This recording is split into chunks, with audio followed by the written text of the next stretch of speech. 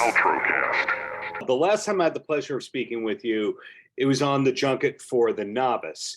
Can we just say less training was needed for this film? Oh my gosh, so much less training was needed for this film. I think the biggest transformation I had was hair extensions and my hair color. That was really, and I was like, all of a sudden I was like, here she is. This is Ezra. This is great. Yeah. Was this the first time that you'd filmed or even been to Thailand? You know, I had been to Thailand when I was young, but I hadn't been back since I was like, I think I was like 12 or 13. I went with my my best friend and her family. It was wonderful. But it was so different now. I mean, obviously 10 years, more than 10 years later, it's like, it was totally different. And it was fun to be there as a grown-up, you know what I mean? You get to do all the fun stuff you don't get to do when you're kids. Right. For you, a lot of jet lag, or is it the kind of thing that you arrived a few days early to decompress, or did you just dive straight into filming? You know, there was actually no jet lag on the way there. And it's so because of COVID, the normal flights you would take were not available. So Sky, Sasha, and I flew from LAX to Helsinki, Finland. We had an 8-hour layover, and then we flew from Finland to Hong Kong to Thailand.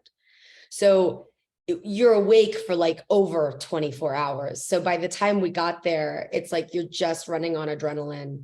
You're like in the hotel. We all went to dinner, and then I crashed, woke up the next day, and I was like, oh, I'm totally on this time now. Things are fine.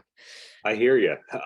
I had the pleasure of speaking with 3 of your co-stars, including Sky, yesterday. And the impression I'm getting is everyone knew of each other's work, but no one really knew each other before being cast in the role. Did you know anyone from the movie that you worked alongside? No, I mean, I'd met Sky in LA, you know, because you know, child actors run into each other at all these little shindigs and parties. Right. And I'd never met Wallace.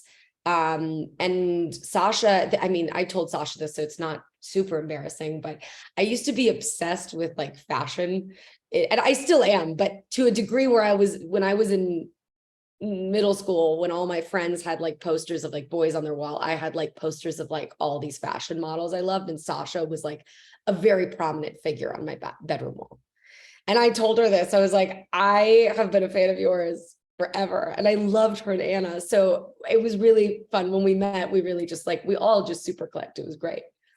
Wow. So what did you replace the fashion with? I say that in terms of obsessions. Like for me, it was the NBA and basketball. And then I heard Green Day, and then I became a punk rock music kind of person. So you have to replace those obsessions. What was it for you? You know, I think I got out of that. Oh, I don't know if I still love fashion, and I would say I still am very obsessed with that. I look at all the runway shows and everything, but I was like, I don't need to have this on my wall. I'm not 15 anymore. I'm 16. Right. Sort of thing. And I think my obsession has and always has been really like making movies. And I think funny enough, Novice was the movie that kind of helped me realize like, oh, there's a way to do this that's probably healthier than how I've been dealing with it. And I think because of doing that movie and learning that lesson through playing that character, right, I have a way healthier relationship with what I do. And I'm really very happy about that. I can't imagine how painful it was at the time to prep, because there was the getting in shape element of it, the really being that character. But I'm sure that you're very proud of it now that, you know, it's kind of a calling card to showing people, hey, this is what I can do. Yeah, it is. And I think you always hope that you have a role that allows you to transform and change yourself in many ways. And I would do that again in a heartbeat. But, you know, you saying that reminded me, I remember when I got cast in this movie, I was like, I got to get in a little bit better of shape, because I was like, I'm going to work with all these like very sexy, hot ladies. And I was like, I just want to make sure I don't look like the one who's like, hi, I don't know how I got here. But it was funny when we went on set, I was like, oh, we all love to eat crazy amounts of food. Like Sasha and I eat the exact same food. It's just, you just realize everybody has like totally different metabolisms, and it's like, whatever, it's fine. The next time you do one of those roles, then I guess put in the contract body double, give that kind of option. Like when you see the action star. I would never. I think it's like it, for me, I just want to feel confident always. It has nothing to do with like a particular size or place. And I think with novice, that was different. That was actually like obtaining a goal that, looking like an athlete, which I do Which you not. did. I did for that, but I do not in my normal everyday life. Well, hey, And that's no, I'm not gonna let you neg yourself right there. Instead, we're gonna go back. It's not a neg. It's a full-time job. Like I remember working on that movie and thinking that's why your personal trainer or people who work at the gym, they look like athletes, is because it's a full-time job. They spend the whole day there. Like I don't spend the whole day there. I exercise for an hour a day because I just like love to move. Yeah. And I think it should be like a celebration of being able to move. But I mean, I'd love to have the opportunity to do that again. I just don't know if it's my daily cup of tea, you know what I mean? Well, speaking of other projects, Sheroes, I've learned was filmed in early 2021, was it? Or is it early 2022?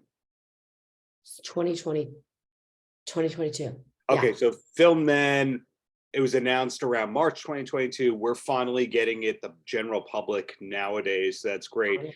Your IMDb says Horizon, an American Saga, is coming out. Is that true? What's coming up next for you?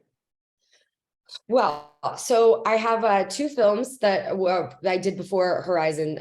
One called Unit 234 that I did with Don Johnson and Annie Ten directed. I did a movie called Little Mouth with Dennis Quaid and Josh Hutcherson, which was really fun to reunite with him since Hunger Games was the first time. And then now I did Horizon 1 last year, and now we're working on part 2 of Horizon. It's a 4-part saga. And yeah, it's amazing. I'm really excited for people to see it. I'm sure the first one will be coming out sooner than the second because we're still filming the second one. So, but I'm just really excited that I'm getting to work on such wonderful projects and with such great people. I just feel really fortunate and very lucky. I'm glad to hear that. I'm glad to see that. And I just have to say, congratulations on reaching that point where you're one of those dependable people who gets the job done. No ifs, ands, or buts to that one. Well, thanks.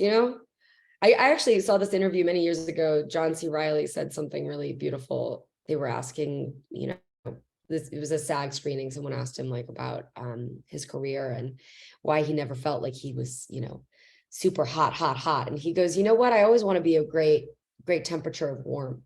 And I think that's a really, it allows, and he was like, it allows you to have balance. And I was like, it's true. It's nice to feel warm. It's like, you can boil at any time, but you're just always kind of simmering. It's good. For him, I think it's because he went to clown college that he has that humility, for better and for worse. I want to work with him so badly.